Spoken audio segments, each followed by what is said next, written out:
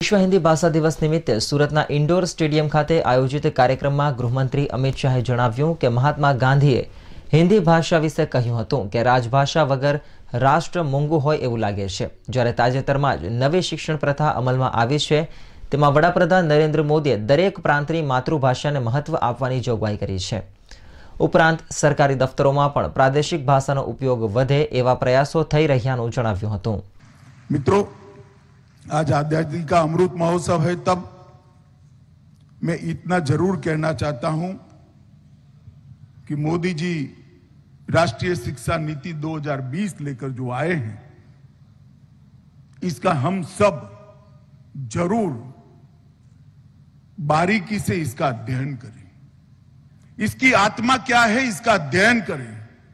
मोदी जी ने नई शिक्षा नीति में, राष्ट्रीय शिक्षा नीति 2020 के अंदर सबसे बड़ा भार अगर किसी चीज पर दिया है तो उस पर दिया है कि प्राथमिक शिक्षा और इसके आगे की शिक्षाओं में भी स्वभाषा का सबसे बड़ा उपयोग होना चाहिए।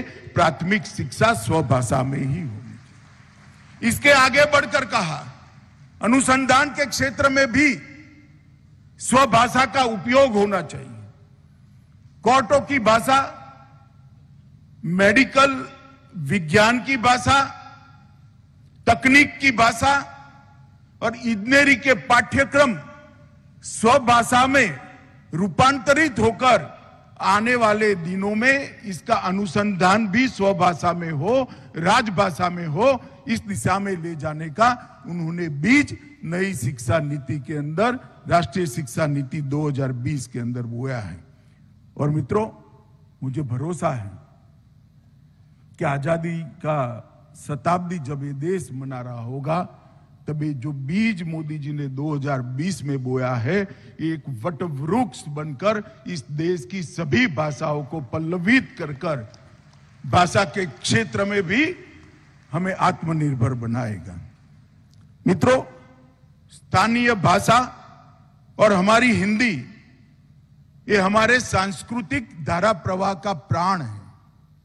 हमारी संस्कृति को, हमारे इतिहास को और आने अनेक पीढ़ियों से हमारा जो साहित्य सर्जन हुआ है, इसकी आत्मा को अगर समझना है तो राजभाषा को सीखना ही पड़ेगा। अगर इसकी आत्मा को समझना है तो हमारी स्थानीय भाषाओं को मजबूत बनाना पड़ेगा।